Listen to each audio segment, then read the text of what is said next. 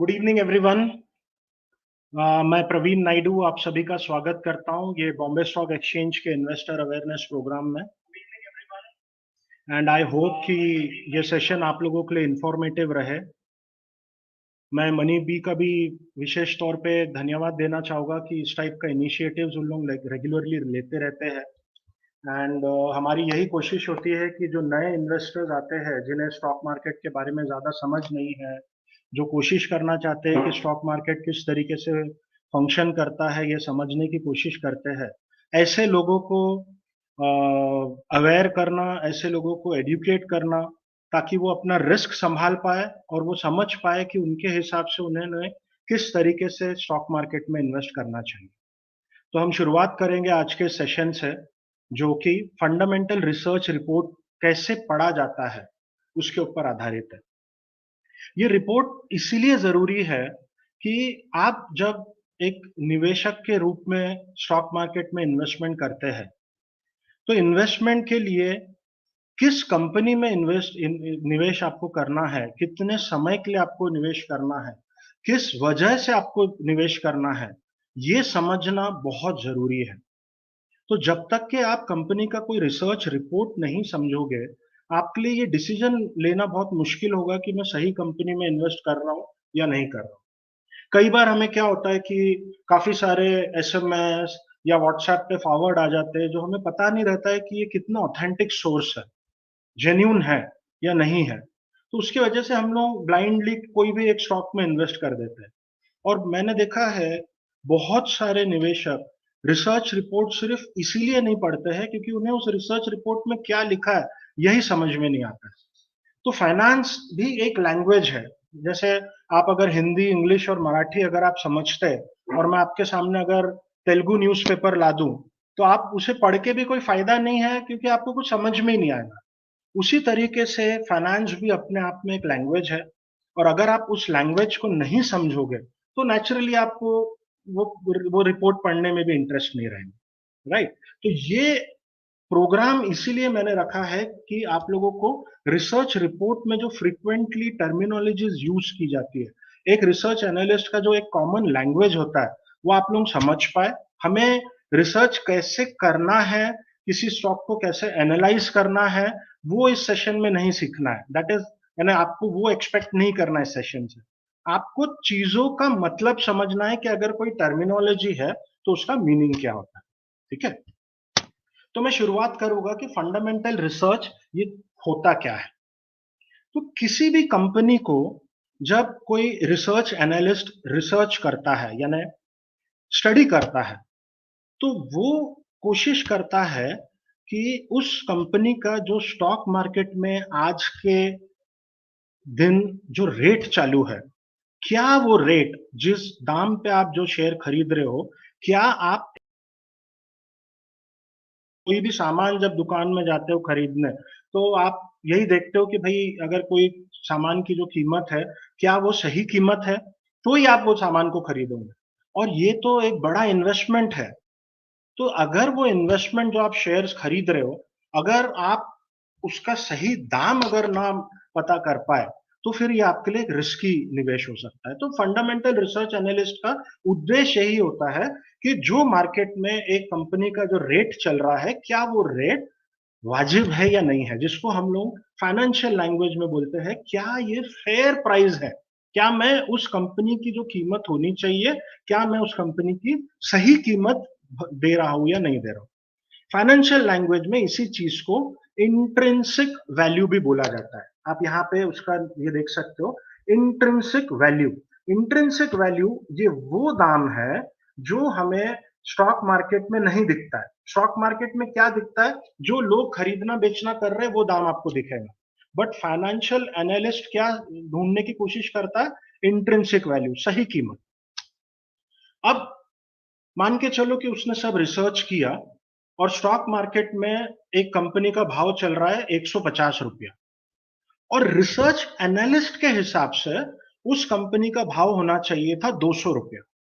तो क्या हो गया, मेरा जो इंट्रिंसिक वैल्यू है, जो मेरा फेयर वैल्यू है, वो 200 रुपया है।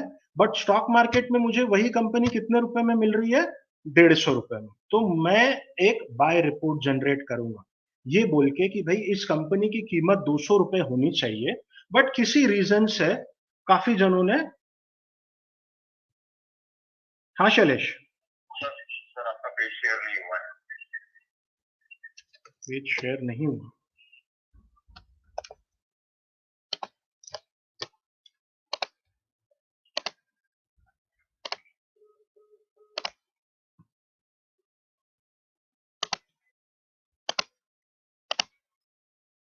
ओके, तो फंडामेंटल रिसर्च रिपोर्ट पे हम लोग बात कर रहे थे। तो कंपनी का एनालिस्ट जब ₹150 का चीज ₹200 में एनालाइज करके उसकी कीमत निर्धारित करता है, तो वो एक बाय का रिपोर्ट देगा। और कहीं ना कहीं उसके दिमाग में ये होता है कि जो चीज वो समझ पाया है उस कंपनी के बारे में, वो अभी तक के नॉर्मल पब्लिक नहीं समझ पाई है। और कभी ना कभी आने वाले टाइम पे वो भी रियलाइज करेंगे कि इस कंपनी की असली कीमत ₹200 होनी चाहिए, ना कि ₹100, 150 रुपया। तो इस तरीके से वो बाय का कॉल जनरेट करते हैं। ठीक है। अगर फंडामेंटल रिसर्च एनालिस्ट के हिसाब से कंपनी का भाव होना चाहिए ₹100, इंट्रिंसिक वैल्यू होनी चाहिए ₹100, और मार्केट में अगर उस स्टॉक की कीमत चल रही है ₹150, तो वो क्या करेगा, वो सेल सिग्नल जनरेट करेगा। आपके रिसर्च रिपोर्ट में वो बताएगा कि इस कंपनी की असली कीमत ₹100 होनी चाहिए, बट महंगे में आपको मिल रही है, तो सेल का रिपोर्ट जनरेट होता है। ठीक है। तो ये बेसिकली फंडामेंटल रिसर्च है। अब दो टाइप के फंडामेंटल रिसर्च होते हैं। एक हम लोग बोलते हैं क्वांटिटेटिव एनालिसिस। देखिए, ये सुनने में थोड़ा सा टेक्निकल लगता है, हो सकता है आप लोग पहली बार सुन रहे हैं तो थोड़ा कॉम्प्लिकेटेड भी लगे, बट बिलीव मी, ये सारी चीजें एकदम सिंपल है, कोई ऐसे बहुत ज्यादा टेक्निकल नहीं है। मैं आपको बहुत सिंपल लैंग्वेज में समझाने की कोशिश करूंगा, ताकि आप कभी अगर कोई न्यूज चैनल अगर आप देखते हैं, या कोई आप रिसर्च रिपोर्ट पढ़ते हैं, या कोई कंपनी का अगर आप रिसर्च ऑडियो कॉल या इस टाइप का प्रेजेंटेशन अगर सुनते हैं, तो वो भाषा का वो जो उपयोग कर रहे हैं, वो भाषा का मतलब क्या होता है आप समझ पाए। इसलिए जरूरी है कि मैं प्रेजेंटेशन में कुछ टेक्निकल वर्ड्स यूज करूं।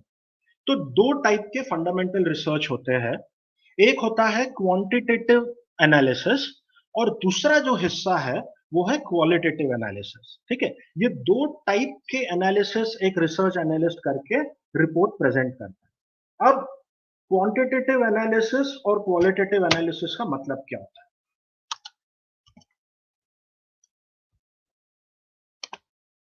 तो सबसे पहले हम लोग शुरुआत करेंगे क्वांटिटेटिव एनालिसिस की। क्वांटिटेटिव एनालिसिस का मतलब ये होता है कि एक कंपनी जो अपना बिजनेस कर रही है, वो बिजनेस के साथ में हर 3 महीने में, एवरी क्वार्टर, वो किस तरीके से परफॉर्म कर रही है, कितना पैसा कंपनी ने खर्चा किया, कितने रुपए का माल कंपनी ने खरीदा, ये सारे चीजें कंपनी को अपने शेयर होल्डर्स को देना पड़ता है। क्यों? क्योंकि एक कंपनी के जो असली ओनर है, ये शेयर होल्डर है। और जो कंपनी के प्रमोटर्स है, शेयर होल्डर ने इन प्रमोटर्स को अपॉइंट किया है कंपनी को सही तरीके से रन करने की। तो इसीलिए प्रमोटर जो कंपनी के चालक है, जो लोग काम कर रहे कंपनी को चला रहे हैं, वो असली ओनर नहीं होते हैं। इनके ऊपर शेयर होल्डर्स ने रिस्पॉन्सिबिलिटी दिया है कि आप इस बिजनेस को समझते हो, और हमने आपको पैसा दिया है, तो आप हमारी कंपनी को सही तरीके से रन करो। और क्योंकि वो सही तरीके से रन कर रहे हैं या नहीं कर रहे, इसका जवाब उन्हें वापस शेयर होल्डर्स को देना पड़ता है। इसलिए इंडिया में ये रूल है सेबी का कि हर 3 महीने में आपको आपके जो जो भी आपने काम किया है वो आपको बताना है शेयर होल्डर्स को। वो किस तरीके से, इस चीज को हम लोग बोलते हैं क्वार्टरली रिजल्ट्स।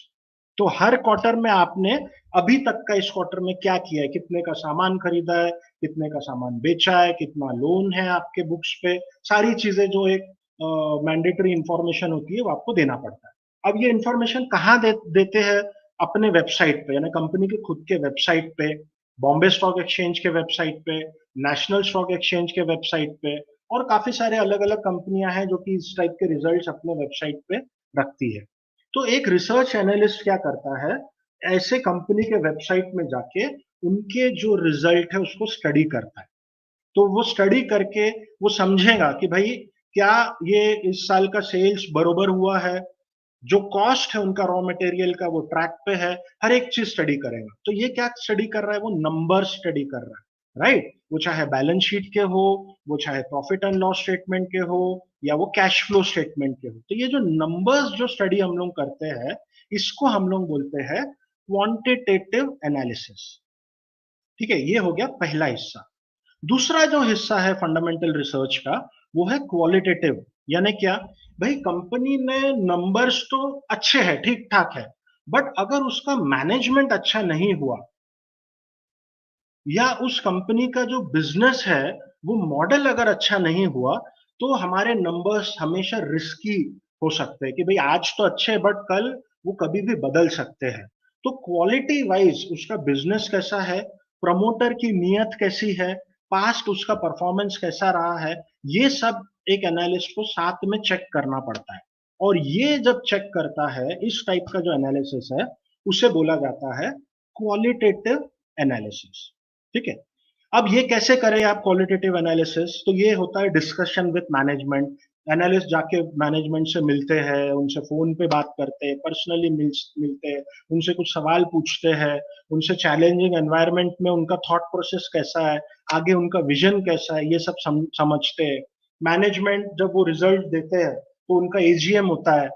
एजीएम यानी एनुअल जनरल मीटिंग, यानी साल में जब वो पूरा साल भरे का जब रिपोर्ट देते हैं, तब वो शेयर होल्डर्स के सामने आके मैनेजमेंट जो है अपना, मैनेजिंग डायरेक्टर जो है वो अपने व्यूज प्रेजेंट करता है। तो ऐसे जो मैनेजमेंट कॉल्स होते हैं उसको अटेंड करते हैं। एक और सुंदर अप्रोच है जिसको हम लोग बोलते हैं scuttle but approach. Scuttle but approach, ठीक है। स्कटल बट अप्रोच का मतलब ये होता है कि मार्केट में, जैसे फॉर एग्जांपल अगर किसी कंपनी ने अपोलो टायर्स के ऊपर रिसर्च रिलीज किया, ठीक है, मैं आपको ये क्लियर करना चाहता हूं कि ये जो प्लेटफॉर्म है ये सिर्फ एक एजुकेशन का प्लेटफॉर्म है। यहाँ पे हम लोग किसी भी कंपनी को प्रमोट नहीं करते हैं। तो अगर एग्जाम्पल के तौर पे अगर मैं किसी कंपनी का नाम लेता हूँ, तो उसका मतलब ये नहीं है कि मैं आपको रिकमेंड कर रहा हूँ वो कंपनी को बाय करो, सेल करो, या मेरे तरफ से उसके बारे में कोई भी कमेंट नहीं है। एग्जाम्पल के लिए मैं कुछ कंपनीज के नाम लूंगा अभी भी, और आगे भी आपको ये चीज पे ध्यान देना है कि आप कभी भी उस कंपनी के ऊपर ध्यान ना दें। ठीक है, ये सिर्फ एग्जाम्पल है। तो स्कटल बट अप्रोच में अपोलो टायर्स का अगर फॉर एग्जांपल अगर रिसर्च एनालिसिस हो रहा है, तो ये क्या करेंगे, जाके अपोलो के जो वेंडर्स है, जो डीलर्स है, उनसे बात करेंगे। जिन लोगों ने अपोलो से माल खरीदा है क्रेडिट पे, उनसे बात करेंगे कि भाई अपोलो टायर्स आपको कितने दिन का क्रेडिट दे रहा है, क्या कंपटीशन से कंपेरेटिवली वो क्रेडिट बरोबर है, या उन लोग बहुत कम क्रेडिट दे रहे हैं, या जरूरत से ज्यादा क्रेडिट दे रहे हैं। जिससे अपोलो टायर्स ने पैसा मांगा है उधारी में, उनसे वो जाके मिलेंगे कि क्या वो आपको समय पे इंटरेस्ट पे करते हैं, उनका कमिटमेंट कैसा है, फिर सप्लाई चेन कैसा है, ये सब चीजें मार्केट में जाके फिजिकली चेक करते हैं। तो इसे हम लोग बोलते हैं स्कटल बट अप्रोच। ठीक है, तो उसमें आपको बहुत सारी चीजें समझ में आती है कि भाई इनका ब्रांड कैसा है, डिमांड कैसा है, सप्लाई कैसा है, क्वालिटी कैसा है, ये सारी चीजें आपको समझ में आती है। तो इसको हम लोग बोलते हैं स्कटल बट अप्रोच। अब फंडामेंटल रिसर्च रिपोर्ट में कुछ चीजें ऐसी होती है जो अक्सर आपको नजर आएंगी, जो बहुत कॉमनली यूज किए जाती है। इसको हम लोग बोलते हैं फ्रीक्वेंटली यूज्ड टर्मिनोलॉजीज। तो आप किसी भी कंपनी का रिसर्च देखिए, उसमें कुछ चीजें हैं जो कॉमन होती है। तो अगर ये कॉमन चीजें अगर आप समझे, तो आई एम वेरी श्योर कि आपको रिसर्च रिपोर्ट पढ़ने में आसानी होगी, रिसर्च रिपोर्ट समझने में आसानी होगी। तो शुरुआत करते एकदम बेसिक चीजें से। मेरा उद्देश्य यही रहेगा कि जो लोग ज्यादा टेक्निकली स्ट्रांग नहीं है, जिनको ज्यादा कुछ स्टॉक मार्केट के बारे में बिल्कुल कुछ भी नहीं पता है, ऐसे जनों को भी इस सेशन का लाभ हो। तो इसलिए मैं बहुत सारे बेसिक चीजें भी इसमें कवर करूंगा, और धीरे धीरे हम लोग सेशन का लेवल ऊपर लेके जाएंगे। ठीक है। तो आप जब नंबर्स पढ़ते हैं, तो कई बार ये मिलियन, बिलियन, ट्रिलियन, इसमें फिगर्स होते हैं। अब इंडिया में ये लैंग्वेज यूज नहीं होती, हम लोग मिलियन बिलियन यूज नहीं करते। तो कई बार क्या होता है कि हमें उससे समझने में, उसको इंटरप्रेट करने में तकलीफ होती है। तो मैं आपको ये बताना चाहता हूँ कि ये मिलियन, बिलियन और ट्रिलियन, ये बहुत ही आसान है समझने में, कोई ज्यादा दिक्कत नहीं है, मैं आपको बहुत आसानी से समझाऊंगा। आप अगर वो चीज समझ गए तो मैं उसके लिए एक बार मेरा एक्सेल शीट ओपन करता हूं ताकि आप आसानी से मैं आपको एग्जांपल दे। तो ये मेरा एक्सेल शीट है, ठीक है। तो सबसे पहले हम लोग समझेंगे कि ये मिलियन, बिलियन और ट्रिलियन होता क्या है।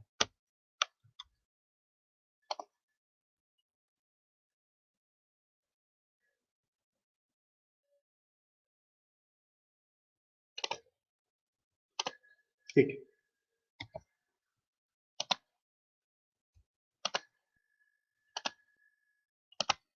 मैं एक बार और एक्सेल शीट शेयर करता हूं।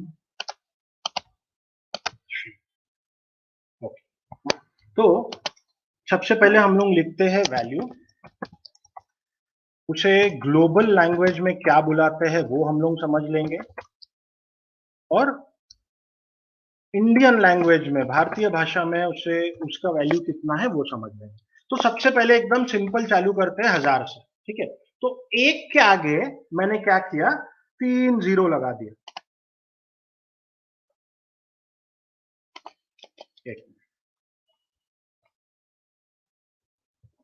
एक के आगे मैंने 3 जीरो लगा दिया, तो ये कितना हो गया, 1000। तो ग्लोबल में भी इसे 1000 बोलते हैं और हम लोग इंडिया में भी इसे 1000 बोलते हैं। अब मुझे क्या करना है, सिर्फ 3 जीरो आगे जोड़ना है। तो फॉरेन में 3 3 जीरो का ही खेल है, ठीक है। अब मैंने जैसे ही 1000 के आगे 3 जीरो जोड़ लिया तो वो बन गया मिलियन। और हम लोग इंडिया में उसे क्या बोलते हैं, 10 लाख। तो अगर मैं आपको बोल रहा हूं कि एक कंपनी के 1 मिलियन शेयर्स है, तो मैं क्या बोल रहा हूं आपको कि उस कंपनी के 10 लाख शेयर्स है, एकदम सिंपल। अब अगर मैं उसके सामने 3 जीरो और जोड़ दूं तो वो हो जाता है बिलियन। देखिए कितना आसान है समझना, आपको सिर्फ 3 3 जीरो ही जोड़ना है, कुछ कॉम्प्लिकेशन नहीं है। मिलियन, 1000 के आगे 3 जीरो, उसके बाद और 3 जीरो अगर आप जोड़ देंगे तो वो बन गया आपका बिलियन। तो अब बिलियन को अगर मैं इंडियन लैंग्वेज में कन्वर्ट करूं तो वो हो गया 100 करोड़। तो अगर मैं बोलूं कि भाई एक इकोनॉमी है जिसका फॉर एग्जांपल इस साल का बजट है, कोई भी एक चीज में एक बजट है 1 बिलियन का, तो आपको क्या समझना है, 100 करोड़, ठीक है। 5 बिलियन का बजट है तो इसका मतलब क्या है, 500 करोड़, ठीक है। तो ये क्या हो गया, मिलियन, बिलियन। अब मैंने अगर उसके सामने और 3 जीरो जोड़ दिया तो वो हो गया ट्रिलियन, ठीक है। तो ट्रिलियन यानी कितना हो गया, 1 लाख करोड़। तो आपको सिर्फ इतना समझना है, 1000 के आगे 3 जीरो जोड़ो तो आपका बन गया मिलियन जो कि है 10 लाख, उसके आगे 3 जीरो जोड़ दो तो आपका बन गया बिलियन जो कि है 100 करोड़, उसके आगे 3 जीरो जोड़ दो तो बन गया ट्रिलियन जो कि है 1 लाख करोड़। मैं आपको आगे के भी सेशंस के लिए बोलना चाहूंगा कि हमेशा जब भी आप इस टाइप के टेक्निकल सेशंस अटेंड करते हैं तो एक नोटपैड और एक पेन हैंडी रखिए, ताकि आप एक बार अपने हाथ से भी उसको लिखिए। देखिए आपको समझना जरूरी है कि आप अपना इतना कीमती समय इस सेशन को दे रहे हो, और वो सेशन को आप जब समय देते हो तो उसमें से आप जितना ज्यादा सीख पाए उतना आपको आगे जाके काम में आएगा, ठीक है। It has to be, there has to be value into, आपके समय का एक कीमत होना चाहिए। तो आप, हो सकता है कि अभी आपको समझ में आ जाए, बट कल परसों या बाद में 4 दिन बाद अगर आप कोई रिसर्च रिपोर्ट पढ़ते हो और वो अगर बोलते हैं कि भाई इस कंपनी ने 10 मिलियन का प्रॉफिट डिक्लेयर किया है, तो आप कंफ्यूज हो जाएंगे कि भैया क्या, अरे मिलियन यानी क्या था, बिलियन यानी क्या था। अगर आप एक बार लिख लोगे ना तो आपके दिमाग में वो बैठ जाएगा, ठीक है। तो हमेशा जब भी आप कोई टेक्निकल रिसर्च या टेक्निकल सेमिनार्स अटेंड करते हो तो हमेशा थोड़ा सा ध्यान में रखिए कि एक नोटपैड और एक पेन हैंडी रखें ताकि आपको मदद हो। मैं वापस मेरे रिपोर्ट में आना चाहूंगा। डिस्क्रिप्शन में गूगल का फॉर्म है, ठीक है। ये बॉम्बे स्टॉक एक्सचेंज का आईएपी है। तो हमें एक रिक्वायरमेंट होता है, मैंडेटरी रिक्वायरमेंट, के जितने भी लोग ये लाइव शो देख रहे हैं वो अपना डिटेल जो है वो फॉर्म गूगल पेज में भरे। तो इसलिए हमेशा आप ये ध्यान में रखिए कि आपने अगर अभी तक के वो गूगल फॉर्म नहीं भरा है, इस वो फॉर्म को भरिए, आपके जो भी उसमें डिटेल्स है वो डिटेल्स आप उसमें भर दें। ठीक है, ठीक है। तो आगे बढ़ते हैं हम।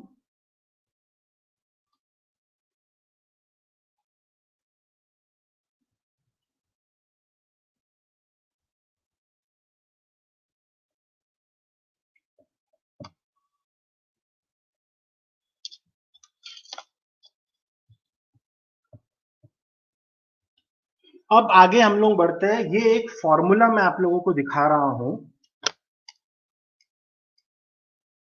ये फॉर्मूला थोड़ा सा ध्यान से देखिए।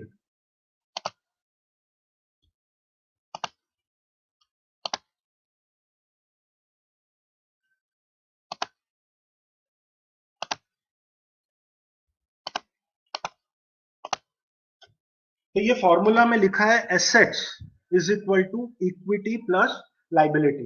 ये फॉर्मूला को जरा ध्यान से देखिए, आगे मैं आपको समझाने की कोशिश करूंगा कि ये फॉर्मूला का मतलब क्या होता है। ठीक है, तो पहली बात, एक कंपनी चलाने के लिए क्या क्या चीजें लगती है। सबसे पहले, अगर वो फैक्ट्री है तो फैक्ट्री की जमीन लगेगी, फर्नीचर लगेगा, मशीनरी लगेगी।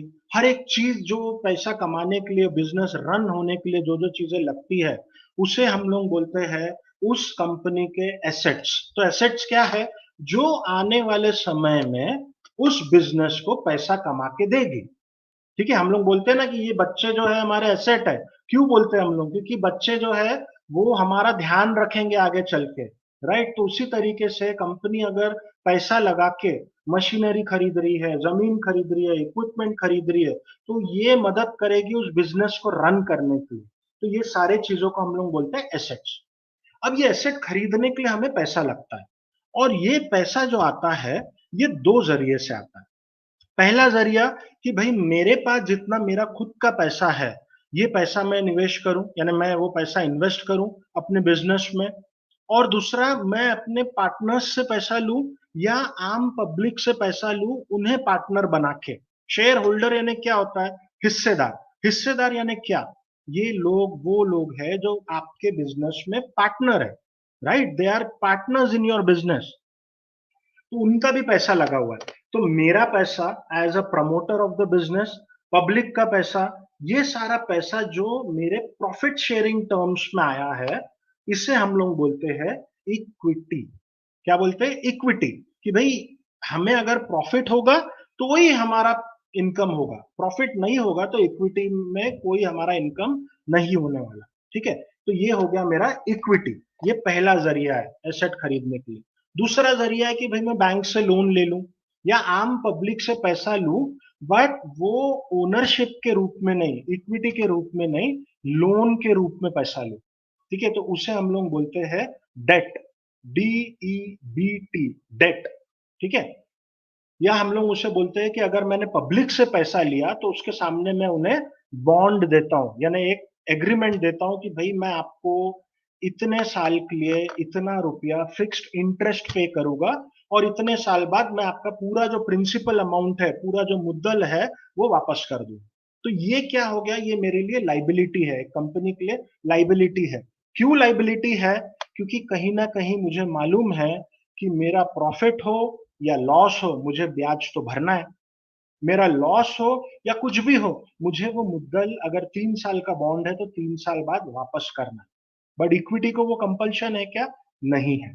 ठीक है, तो कोई भी एसेट जब कोई कंपनी खरीदती है, तो ये इक्वेशन है, दो तरीके से पैसा आता है। पहला इक्विटी के रूप में, दूसरा लाइबिलिटी के रूप में। ठीक है, अब अगर हम लोग पकड़ के चले कि इक्विटी के रूप में पैसा आया है, मैंने शेयर होल्डर से पैसा लिया है। अब शेयर होल्डर से जब मैं पैसा लेता हूं, तो उसके सामने मुझे उन्हें क्या देना पड़ेगा? मेरे कंपनी में हिस्सेदारी। राइट, मेरे कंपनी में हिस्सेदारी देना पड़ेगा। अब ये जो हिस्सेदारी है, ये मैं नंबर ऑफ शेयर्स के रूप में देता हूं। कि भाई मैंने अगर 1 करोड़ लिया, तो 1 करोड़ के सामने मैंने, मान के चलो, उन्हें 1 लाख शेयर्स दे दिए। ठीक है, तो ये जो 1 लाख शेयर्स है, इसे हम लोग बोलते हैं शेयर्स आउटस्टैंडिंग। ठीक है, तो आप अगर किसी रिसर्च रिपोर्ट में पढ़ो कि किसी कंपनी के 1 लाख शेयर्स आउटस्टैंडिंग है, तो इसका मतलब क्या है, इक्विटी जो कंपनी ने पैसा ली है उसके अगेंस्ट में 1 लाख शेयर्स उन्होंने पब्लिक को दिए। अब ये पब्लिक के भी हो सकते हैं, इसमें खुद प्रमोटर्स के भी आ जाएंगे, इसमें जो फंड हाउसेज होते हैं, फॉर एग्जांपल म्यूचुअल फंड्स हो गया, या एलआईसी भी काफी सारे कंपनियों में पैसा डालती है, बैंक्स भी कई बार शेयर्स खरीद के पैसा देते हैं, यानी इन्वेस्ट करते हैं, पार्टनरशिप करते हैं। तो ये सारे जितने भी हो गए, ये सारे शेयर्स को मिला के हम लोग बोलते हैं शेयर्स आउटस्टैंडिंग। ठीक है, तो अब मैंने क्या बोला, 1 लाख शेयर्स आउटस्टैंडिंग। इसको थोड़ा सा हम लोग बढ़ा देते हैं, लेट अस अज्यूम कि ये 10 लाख शेयर्स है। ठीक है, तो 10 लाख शेयर्स कंपनी ने दे दिया और उसके अगेंस्ट में इक्विटी रेज किया। अब कंपनी का जब शेयर्स इश्यू होता है तो लोगों को वो शेयर्स अगर कभी बेचना है किसी और को, चाहे उनको एग्जिट चाहिए, उनको पैसों की जरूरत है, तो national stock exchange, Bombay stock exchange, ये 2 प्लेटफॉर्म है जहां पे कंपनी अपने शेयर्स को लिस्टिंग कर देती है। ठीक है, अब वहां से किसी को अगर बेचना है तो अपने शेयर्स बेच सकता है, किसी को खरीदना है तो शेयर्स खरीद भी सकता है। तो शेयर्स खरीदना बेचना ये सब चलते रहता है। खरीदना बेचना जब चलता है तो उस कंपनी का मार्केट में एक शेयर का प्राइस भी होता है। ठीक है, तो एक एजम्पशन करते हैं कि किसी एक कंपनी का आज का जो प्राइस है वो है 50 रुपया। ठीक है, और मेरे जो शेयर्स आउटस्टैंडिंग है वो 1 लाख है, फॉर सिंप्लिसिटी 1 लाख है। तो मेरे 1 लाख शेयर्स आउटस्टैंडिंग है, और आज के डेट में जो मेरे कंपनी का करंट मार्केट प्राइस है वो है 50 रुपये। तो अगर ये 50 रुपये को मैं मल्टीप्लाई करता हूं 1 लाख से, नंबर ऑफ शेयर से, तो कितना हो गया, ये 50 लाख। ये जो 50 लाख है इसको मैं बोलता हूं मार्केट कैपिटलाइजेशन। ठीक है, या मार्केट कैप। तो आप जब सुनते हैं कि किसी कंपनी का मार्केट कैप 1 लाख करोड़ है, सॉरी 1000 करोड़ है, 2000 करोड़ है, 5000 करोड़ है, तो उसका मतलब क्या है, simple, number of shares, number of outstanding shares multiplied by current market price, ऐसे बनता है मार्केट कैप। अब ये जो नंबर ऑफ शेयर्स है ये हमेशा लिमिटेड होते हैं, क्योंकि कंपनी एक ही बार पैसा लेगी। ये ऐसा नहीं है कि हर बार कभी भी हफ्ते में एक बार पैसा ले ली, महीने में एक बार पैसा ले ली, ये एक लेंदी प्रोसेस होता है। तो नंबर ऑफ शेयर जो है मार्केट में हमेशा लिमिटेड रहेगा, बट चेंज क्या होगा, कंपनी का price, current market price change होते रहेगा। तो करंट मार्केट प्राइस के हिसाब से कंपनी का मार्केट कैप भी चेंज होता रहेगा। ठीक है, अब इसमें से जैसे मैंने आपको बताया कि शेयर्स आउटस्टैंडिंग में कुछ शेयर्स होते हैं जो प्रमोटर्स के होते हैं, कुछ शेयर्स होते हैं जो लॉक इन में होते हैं, जैसे हम लोग ईसॉप जो कंपनी अपने एम्प्लॉयज को देती है, तो ये शेयर जो है ये लॉक इन होते हैं, आप इसको रेगुलरली खरीदना बेचना नहीं कर सकते। ठीक है, तो अगर मैं टोटल शेयर्स आउटस्टैंडिंग में से लॉक इन वाले शेयर्स को हटा दूं, तो जो नंबर आएगा उसे हम लोग बोलते हैं, यानी जो नंबर आ गया, नहीं कौन से हो गए, ये वो शेयर्स हो गए जो अब लॉक इन में नहीं है, उसको अगर मैं सिर्फ उतने शेयर्स को अगर मैं मल्टीप्लाई करूं करंट मार्केट प्राइस से, तो ऐसे नंबर को बोला जाता है free float market cap. Free float market cap. ठीक है, तो मार्केट कैप और फ्री फ्लोट मार्केट कैप में डिफरेंस यही है कि फ्री फ्लोट मार्केट कैप में जो लॉक इन वाले शेयर्स है वो हटा दिए गए। ठीक है, तो आपने क्या क्या समझा, shares outstanding, number of share जो पब्लिक में अवेलेबल है ट्रेडिंग के लिए, और प्रमोटर्स के भी नंबर्स आ गए उसमें, मार्केट कैप यानी जो टोटल शेयर्स है multiplied by current market price, उसे बोला जाता है मार्केट कैपिटलाइजेशन, और फ्री फ्लोट मार्केट कैप। तो फ्री फ्लोट है ना, लॉक इन वाले शेयर्स हटा दो। किसी ने पूछा निफ्टी का बताओ सर, तो निफ्टी, सेंसेक्स, ये क्या है, निफ्टी यानी नेशनल स्टॉक एक्सचेंज का इंडेक्स है, सेंसेक्स यानी बॉम्बे स्टॉक एक्सचेंज का इंडेक्स है। अब ये इंडेक्स यानी क्या, ये एक बैरोमीटर है कि भाई बॉम्बे स्टॉक एक्सचेंज में आज मान के चलिए कि 5000 कंपनियां हैं। अब ये 5000 कंपनियों में अलग अलग सेक्टर के कंपनियां होगी, कोई सीमेंट से होगी, कोई आईटी से होगी, सबका मार्केट कैपिटलाइजेशन भी अलग अलग होगा। कोई 2000 करोड़ की कंपनी होगी तो कोई 10,000 कंपनी करोड़ की कंपनी होगी। तो आपको ये समझना है कि बॉम्बे स्टॉक एक्सचेंज ने क्या किया, हर सेक्टर से उसके मार्केट कैपिटलाइजेशन के हिसाब से जो सबसे बड़ी कंपनी है, ऐसे 30 कंपनियों को एवरेज निकाल के सेंसेक्स बना। ठीक है, तो सेंसेक्स एक तरीके से इकोनॉमी को रिप्रेजेंट करता है। क्यों? क्योंकि हर सेक्टर के उसमें शेयर्स है, प्लस ये टॉप लीडर्स है। जैसे बैंकिंग में अगर आप देखोगे तो स्टेट बैंक ऑफ इंडिया, तो ये लीडर है बैंकिंग में। कल जाके अगर एसबीआई खराब परफॉर्म करता है तो हम लोग मान के चल सकते हैं कि बाकी के जो बैंक्स है, जो पीएसयू बैंक है, वो भी शायद खराब परफॉर्म करे, राइट? तो ऐसे जो टॉप कंपनीज है, टॉप 30 कंपनीज, टॉप कौन से आधार पे? मार्केट कैपिटलाइजेशन के आधार पे टॉप 30 कंपनीज से सेंसेक्स बनता है बॉम्बे स्टॉक एक्सचेंज। ठीक है, आगे बढ़ते हैं हम लोग। थोड़ा थोड़ा मैं लेवल ऊपर लेके जाऊंगा, प्लीज बेयर विथ मी। तो नेक्स्ट जो हमारा कॉन्सेप्ट है, बहुत इंपॉर्टेंट कॉन्सेप्ट है। आप कोई भी रिसर्च रिपोर्ट में जाके देखोगे तो ये आपको जरूर नजर आएगा। ठीक है, इसे हम लोग बोलते हैं अर्निंग पर शेयर। अब अगर आप ध्यान से देखो तो हर चीज जो लिखा हुआ है उसी से आपको समझ में आ जाएगा। अर्निंग यानी क्या? इनकम। तो कंपनी की जो इनकम है, अगर उस इनकम को मैं नंबर ऑफ शेयर्स, जो उसके नंबर ऑफ शेयर्स है, उससे डिवाइड कर दूं, तो मेरा क्या बन जाएगा? Earning per share. यानी एक शेयर के लिए उस कंपनी का कितना पैसा वो कंपनी कमा रही है। ठीक है, यानी मैं अगर टोटल अर्निंग को डिवाइड कर दूं नंबर ऑफ शेयर से, तो मुझे पता चलेगा कि रेवेन्यू पर शेयर कितना है, अर्निंग पर शेयर। अब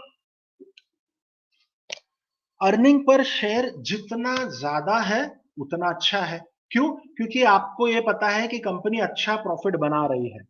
ठीक है,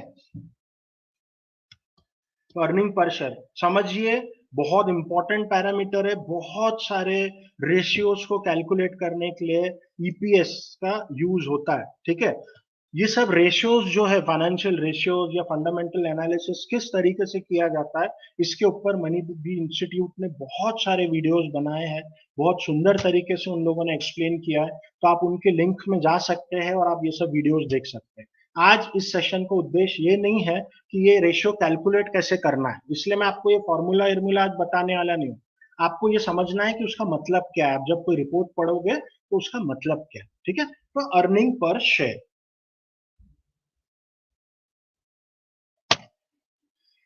अब आगे बढ़ते हैं हम लोग अर्निंग पर शेयर के बाद। उसके बाद एक बहुत ही पॉपुलर कॉन्सेप्ट है जिसे हम लोग बोलते हैं price to earning ratio, PE ratio. ठीक है, अब ये पीई रेशियो क्या होता है? सिंपल, प्राइस यानी क्या? आज का कंपनी का जो करंट मार्केट प्राइस है वो हो गया मेरा प्राइस। उसको अगर मैं डिवाइड करूं अर्निंग पर शेयर से, ठीक है, तो ये जो नीचे ई है ये मेरा है ईपीएस, अर्निंग पर शेयर। तो मैंने क्या किया, करंट मार्केट प्राइस को डिवाइड किया अर्निंग पर शेयर से, तो मेरा एक रेशियो बनता है जिसे हम लोग बोलते हैं प्राइस टू अर्निंग। अब मुझे एक बात बताइए, आप जब कोई कंपनी का शेयर खरीदते हो तो शेयर मार्केट में आप उसका प्राइस देखते हो।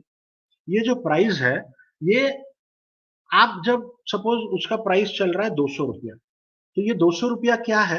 ये 200 रुपये एक शेयर की कीमत है।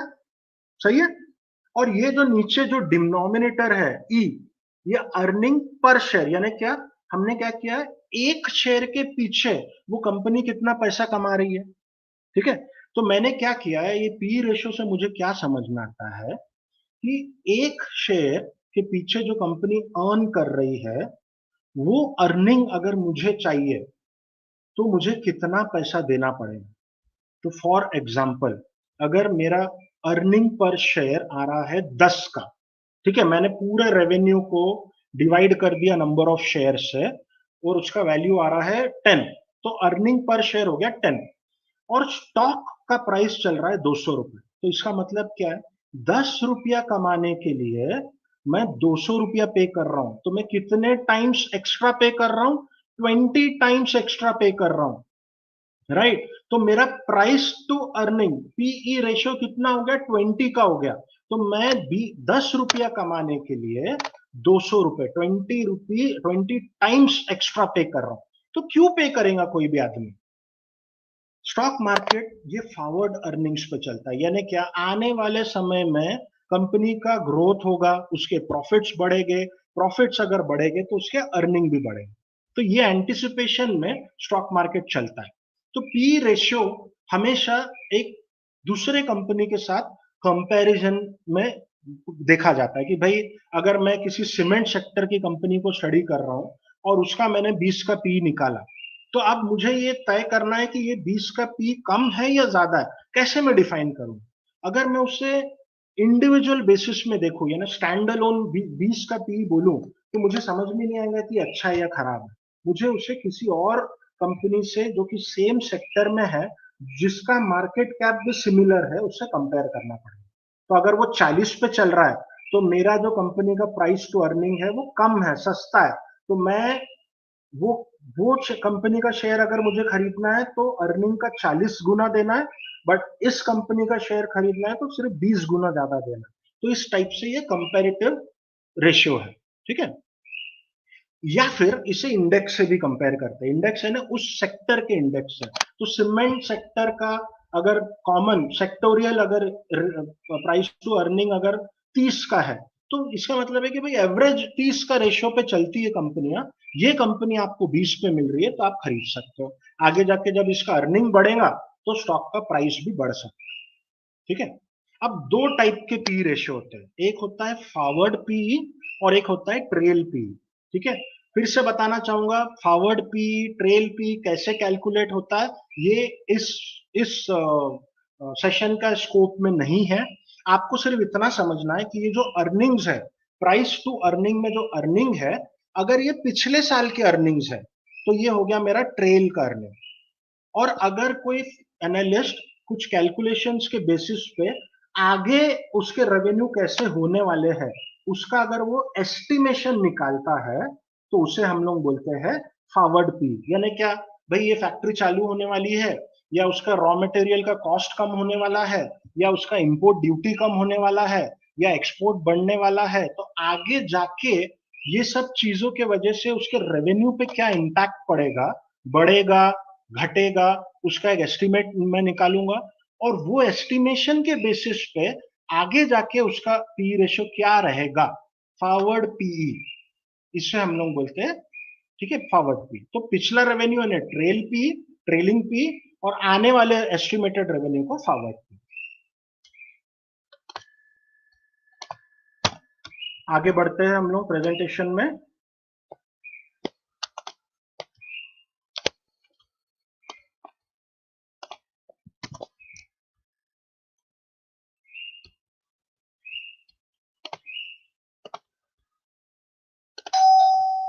अब ये जो रिपोर्ट है, इसमें मैं आपको बताना चाहूंगा R O A, return on asset. अभी रिटर्न ऑन एसेट का मतलब क्या होता है, काफी सारे रिसर्च रिपोर्ट में आप पढ़ोगे। तो हमने स्टार्टिंग में एक देखा था कि कोई भी कंपनी जब एनालिसिस कर, जब पैसा कम लेती है पब्लिक से, वो दो रूप से लेती है, इक्विटी से लेती है और लाइबिलिटी यानी बॉन्ड होल्डर से लेती है। तो ये इक्विटी और बॉन्ड से जब वो पैसा ले रही है, वो पैसा लेके एसेट्स खरीद रही है। अब वो एसेट्स को वो कैसे, कितने एफिशिएंटली यूज कर रही है, कितने अच्छे तरीके से यूज कर रही है, इसका अगर एनालिसिस करना है तो आपको ये समझ में आएगा कि उस कंपनी का रिटर्न ऑन एसेट कैसा है। अब ये भी एक कंपैरेटिव रेशियो है, यानी क्या है, मान के चलिए टाटा मोटर्स है और मारुति है, दोनों कार मैन्युफैक्चरिंग के बिजनेस में है। दोनों मान के चलिए कि 3 महीने में, एक एग्जाम्पल के तौर पे बोल रहा हूँ, टाटा मोटर्स सेम एसेट से 40 गाड़ियां बनाती है, और वही सेम एसेट्स यूज करके मारुति अगर 50 गाड़ियां मैन्युफैक्चर कर रही है, तो यहाँ पे दोनों में से कौन अपने एसेट्स को ज्यादा एफिशिएंटली यूज कर रहा है, मारुति। एग्जाम्पल के तौर पे बोल रहा हूँ। तो ऐसे हमें समझ में आता है कि जिसका रिटर्न ऑन एसेट ज्यादा है, वो कंपनियां अपने एसेट्स को ज्यादा अच्छे से यूटिलाइज कर पा रही। ठीक है, तो एनालिस्ट ये भी देखते हैं। ये हो गया आपका रिटर्न ऑन एसेट। अब हमारा जब प्रॉफिट और लॉस होता है, हर कंपनी अपने बिजनेस में जब प्रॉफिट कमाती है तो वो प्रॉफिट में से सबसे पहला हिस्सा जाता है बॉन्ड होल्डर्स को। ठीक है, तो जितना भी वो चाहे बैंक से पैसा लिया हो उधारी में, या वो share holder I mean bond holder से पैसा लिया हो, कंपनी को जो भी कमाए या ना कमाए, सबसे पहले जो पैसा है वो इंटरेस्ट के तौर पे बॉन्ड होल्डर्स को चले जाता है। बॉन्ड होल्डर्स के बाद कंपनी इनकम टैक्स पे करती है। ठीक है, इनकम टैक्स पे करने के बाद जो पैसा बच गया है, वो पैसा किसके लिए बचा है? वो पैसा बचा है इक्विटी शेयर होल्डर्स की। अब इंटरेस्ट पे करने के बाद, टैक्स लाइबिलिटी क्लियर करने के बाद जो पैसा मेरे शेयर होल्डर्स के लिए बचा है, उस पैसे को बोला जाता है रिटर्न ऑन इक्विटी, ROE। ठीक है, तो अगर कल जाके कंपनी कोई नया लोन लेती है तो मेरा इंटरेस्ट बढ़ जाएगा, कंपनी का इंटरेस्ट बर्डन बढ़ जाएगा। इंटरेस्ट अगर बढ़ता है तो इक्विटी का जो रिटर्न है, ROE जो है वो कम होगा। ठीक है, तो अगेन कंपैरेटिव आपको देखना है कि भाई एक कंपनी का ROE कितना है, दूसरे कंपनी का ROE कितना है। अगर किसी कंपनी का ROE कम है तो रिसर्च एनालिस्ट को क्या समझ में आता है? या तो उसका रॉ मटेरियल का कॉस्ट महंगा है, या तो उसका इंटरेस्ट बर्डन ज्यादा है, या तो वो ज्यादा टैक्स पे कर रहा है ना, उसका टैक्स का जो ब्रैकेट है वो ज्यादा है, वो प्रॉपरली अपने टैक्स को एफिशिएंटली मैनेज नहीं कर पा रहा। मैनिपुलेशन के लिए नहीं, बट प्रॉपर टैक्स जो बोलते हैं ना हम लोग, कि उसका टैक्स स्ट्रक्चर प्रॉपर नहीं। कभी कभी कोई कोई कंपनी को एडिशनल टैक्स बेनिफिट भी मिल जाते हैं कि भाई गवर्नमेंट से कोई सब्सिडी मिल गई। तो इस तरीके से हम लोग रिटर्न ऑन इक्विटी को समझने की कोशिश करते हैं। अब मैं आपको तुरंत एक छोटा सा रिसर्च रिपोर्ट दिखाऊंगा, जिससे हमने ये समझ में आएगा कि अभी तक के जो जो चीजें मैंने आपको बोला है वो हम लोग रिलेट कर पाएंगे।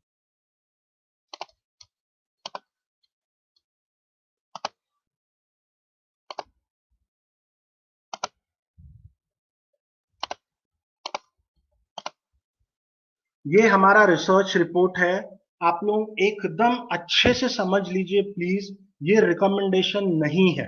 ठीक है, ये मैं सिर्फ और सिर्फ एक एग्जाम्पल के लिए आपको ये रिसर्च रिपोर्ट दिखा रहा हूं। आप लोग प्लीज इसे बाय या सेल उस एंगल से मत देखिए।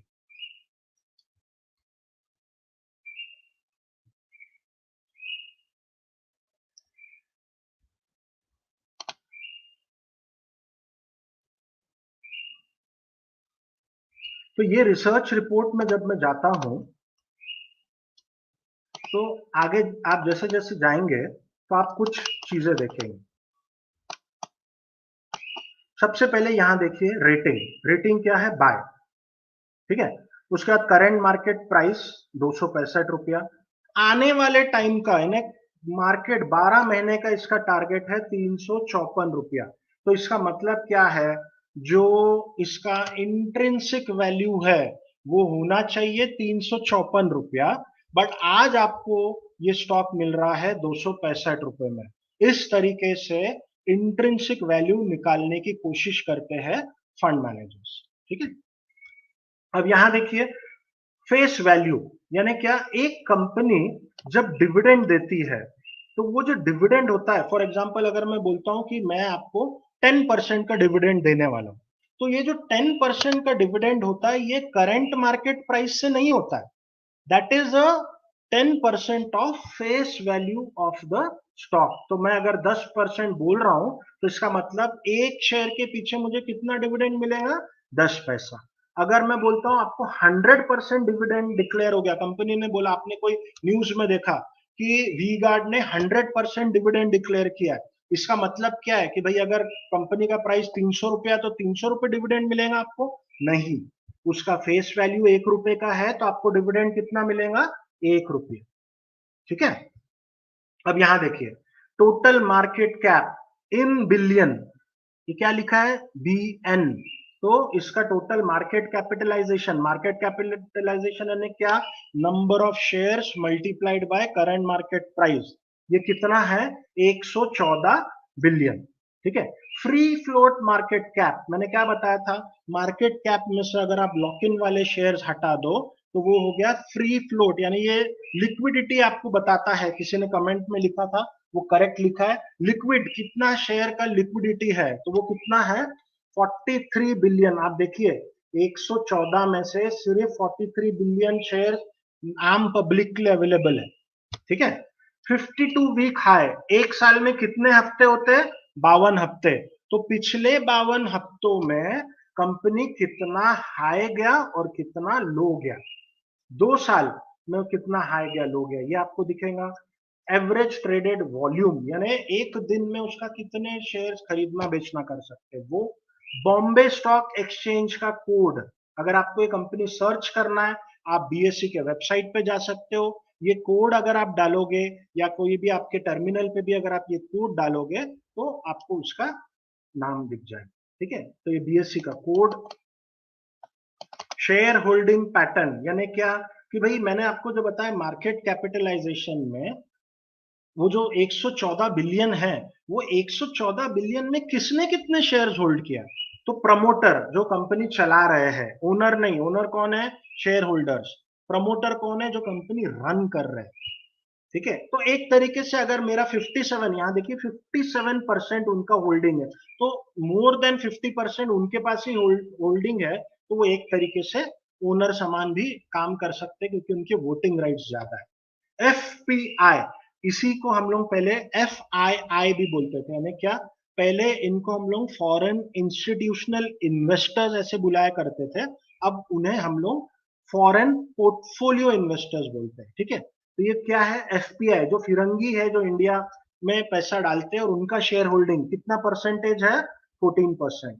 एमएफ यानी म्यूचुअल फंड, एआईएफ यानी ऑल्टरनेटिव इन्वेस्टमेंट फंड्स, ये भी एक अलग टाइप के, वो चाहे प्राइवेट इक्विटी फंड्स हो या अलग अलग टाइप के जो फंड्स है, उनका होल्डिंग 1% का है, इंश्योरेंस का 2% का है, और रेगुलर सभी का मिला के बचे हुए लोगों का 14% का। अब ये कहां से डेटा निकाला गया है, ये डेटा निकाला गया है बॉम्बे स्टॉक एक्सचेंज के वेबसाइट से। तो ये कौन से टाइप के एनालिसिस हो गए, ये क्वांटिटेटिव एनालिसिस हो गई। कंपनी को बीएससी के वेबसाइट पे, उनके खुद के कंपनी के वेबसाइट पे ये सारा डेटा अपडेट करते रहना पड़ता है। ठीक है, आगे बढ़ेंगे हम लोग। प्राइस का परफॉर्मेंस यहाँ पे दिया हुआ है रिपोर्ट में, थोड़े से हम लोग और आगे बढ़ेंगे तो यहाँ पे आप देखोगे कि टोटल सेल पिछले साल 2018 से 2021 में कितना हुआ, आने वाले टाइम में कितना होने वाला है। ई यानी क्या, एस्टिमेटेड सेल्स, कि भाई हम लोगों ने उसके बिजनेस के हिसाब से कैसा प्रोजेक्शन निकाला है, आने वाले टाइम पे ये बिजनेस हो सकता है। एबिटा, अगर आपके पास पेज और पेन है तो लिख लो, नहीं है तो कोई बात नहीं, आप दूसरे वीडियोस में जाके मनी बी के ये सब पढ़ सकते हैं। एबिटा यानी अर्निंग बिफोर, यानी जो इनकम है before interest, tax, depreciation and amortisation. ठीक है, तो इंटरेस्ट, टैक्स और डेप्रिसिएशन कटने के पहले का मेरा जो अर्निंग है वो इतना है। पीएटी यानी प्रॉफिट आफ्टर टैक्स, कि भाई टैक्स भरने के बाद मेरा प्रॉफिट कितना बचा, ये वो प्रॉफिट है जो शेयर होल्डर्स के लिए बचता है। EPS, earning per share. Price to earning X, X का मतलब मैंने बताया था ट्रेलिंग। ठीक है, ट्रेलिंग को हम लोग एक्स में लिखते हैं। फिर ये प्राइस टू बुक वैल्यू है, ये अभी हमारे स्कोप में नहीं है। यहाँ आप देखिए आरओई, ठीक है, तो ये उसका आरओई है।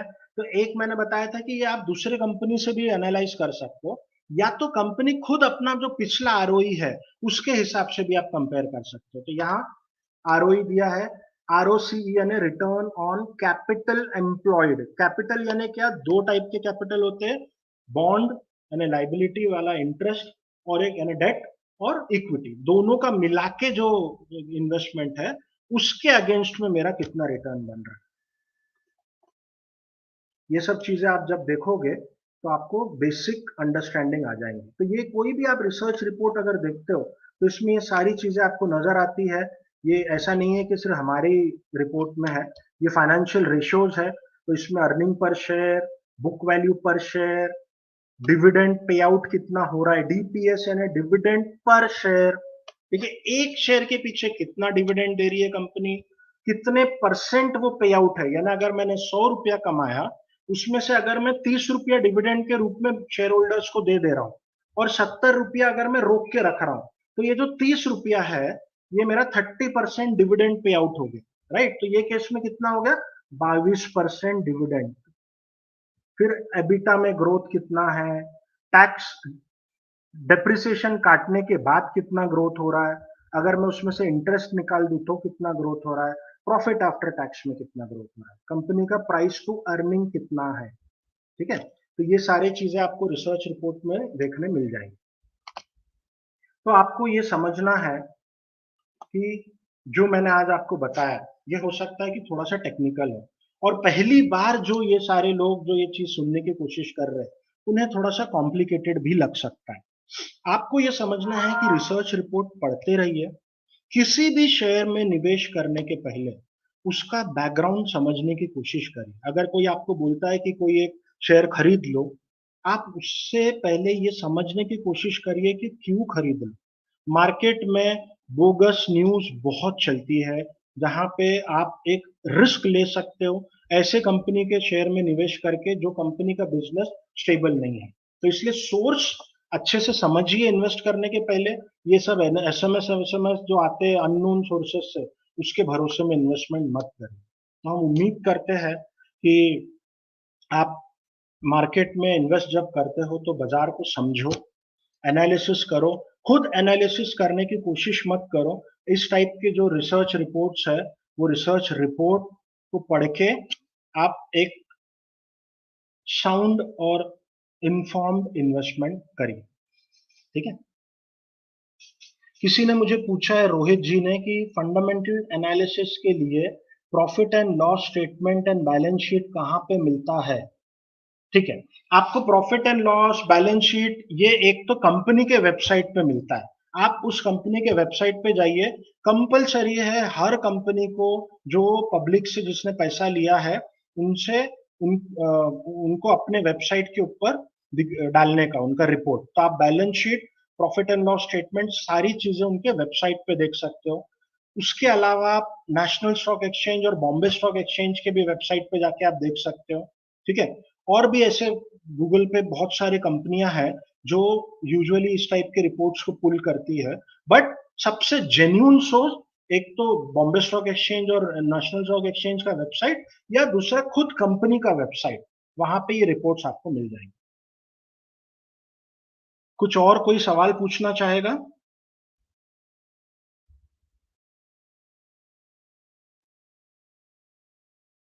ठीक है, अगर इसके अलावा अगर आपके कोई सवाल है तो मनी बी का टेलीग्राम का जो लिंक है वो लिंक आपको यहाँ पे कमेंट्स में मिल जाएंगी। वो लिंक को अगर आप क्लिक करोगे तो आप मनी बी के टेलीग्राम के ऐप पे जा सकते हो, आप ज्वाइन हो जाएंगे उस ऐप में। मैं भी आई मीन वो टेलीग्राम के ग्रुप में मैं भी एडेड हूँ।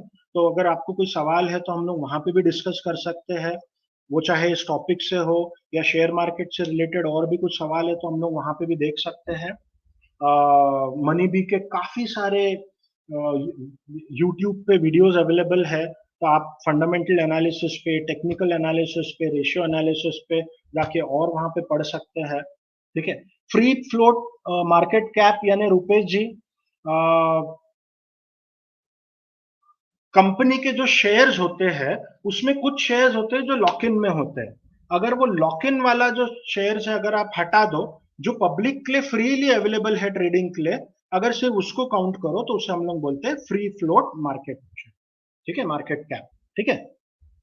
तो उम्मीद करता हूं ये सेशन आप लोगों के लिए इंफॉर्मेटिव रहा होगा। हम लोग कोशिश करेंगे कि इस तरीके के और इंटरेस्टिंग टॉपिक्स हम लोग रेगुलरली आप तक के लेके आए। मैं फिर से धन्यवाद करना चाहूंगा मनी बी इंस्टीट्यूट का कि ये प्लेटफॉर्म उन्होंने अवेलेबल किया है आप जैसे निवेशकों के लिए और हमारे जैसे लोगों के लिए हमारा एक्सपीरियंस शेयर करने के लिए। मैं बॉम्बे स्टॉक एक्सचेंज का भी अप्रिसिएशन और धन्यवाद करना चाहूंगा कि वो अपने इन्वेस्टर्स के प्रोटेक्शन के लिए, उनके रिस्क के लिए, उनके अवेयरनेस के लिए, उनके एजुकेशन के लिए इतना इतने सारे स्टेप्स वो उठा रहे, इतने एफर्ट्स वो ले रहे, ताकि जो भी निवेशक स्टॉक मार्केट में आए वो स्टॉक मार्केट को समझ के उसके रिस्क को अंडरस्टैंड करके उसका फायदा उठा सके। ठीक है। So all the best wishes, thank you, आप लोगों ने अपना टाइम दिया। हम लोग आगे भी आपसे मिलते रहेंगे, और इसी से मैं अपना ये आज का जो लाइव सेशन है उसे एंड कर, थैंक यू वेरी मच। अगर आपने गूगल फॉर्म नहीं भरा है तो प्लीज उसे भर दीजिए। Thank you.